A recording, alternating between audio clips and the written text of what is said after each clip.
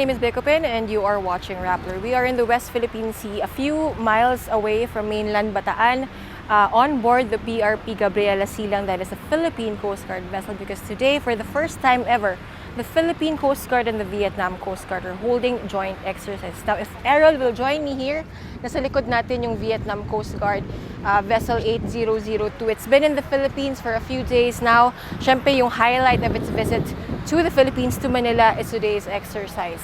Why is this so significant? First of all, like nabanggit ko kanina, this is the very first time that the VCG and the PCG are holding a drill together.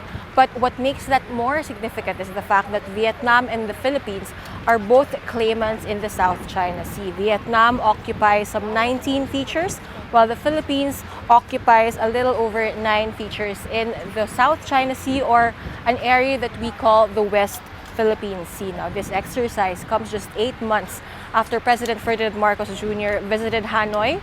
During that state visit, the Philippines and Vietnam signed a memorandum of agreement between the Philippine and Vietnam Coast Guards, leading to the activity today kung saan nagpa-practice, kumbaga, yung PCG at VCG na kung ano-anong deals, mostly centered on humanitarian activities. Now, if we can find it around me, if Errol can help me, may helicopter na umiikot. Kasi kanina nagbaba ng rib or rigid hull inflatable boat yung Philippine Coast Guard. Again, makikita mo dyan yung Vietnam Coast Guard, may umiikot na helicopter. So what they're practicing now is a search and rescue mission. We will also be inserting a clip from the first activity, which was kumbaga practice ng PCG at VCG kung paano magpatay ng sunog while out at sea.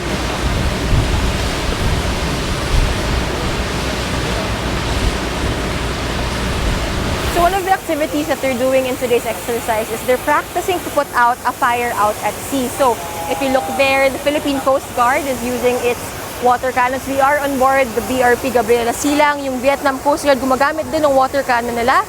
And they're trying to put out the fire. Yung kunwaring fire ay andun sa maliit na vessel nila, that's a Philippine Coast Guard ship. If you can see it in the video, there's orange na parang fumes or parang a flare going off to simulate or indicate na it's on fire. Now, ano bang point ng isang joint exercise? Yung parating i-emphasize when you talk about joint exercises is yung interoperability, or yung ability of two different units to work seamlessly together.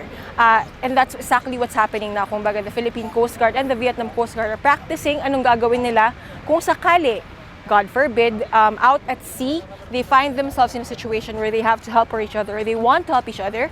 Let's say, do a search and rescue mission or help put out a fire. Yung second thing that you have to think about, aside from interoperability, yung siguro communication mechanisms, is yung familiarity between the two different units, which is what that's also something that they're practicing today now.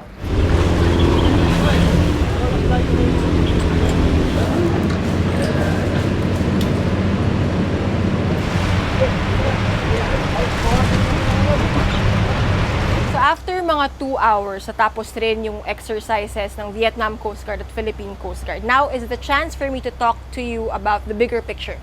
Bakit nga ba nangyayari to? Well, aside from wanting to deepen cooperation between the Philippine Coast Guard and the Vietnam Coast Guard, Manila wants to strengthen relationships and deepen ties with Vietnam in general, including the Defense and Foreign Affairs Ministries. It's part of a bigger vision of the Marcos administration to improve cooperation and ties with other claimants in the South China Sea, such as Vietnam, Brunei, and maybe even Malaysia one day. At least Manila is hoping to forge that too. Because in the South China Sea, kumbaga yung common problem of claimants would be a China that's becoming more aggressive in asserting its claims over practically the entire South China Sea. Now, if you recall, mga siguro a little over a month ago, tensions between the Philippines and China were at an all-time high, especially following a June resupply incident in Ayungin Shoal, wherein the China Coast Guard basically attacked Philippine soldiers trying to bring supplies and rotate soldiers to the BRP Sierra Madre. Now, tensions have lowered since.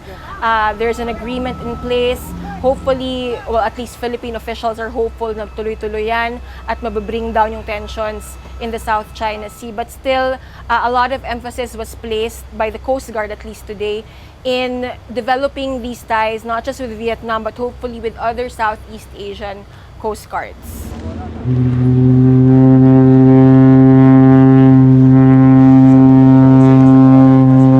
The hope is, of course, for the Philippine Coast Guard and the Philippines in general to make more friends out at sea in the South China Sea or the West Philippine Sea, if only to make less daunting the task of asserting its sovereign rights and sovereignty claims in those waters.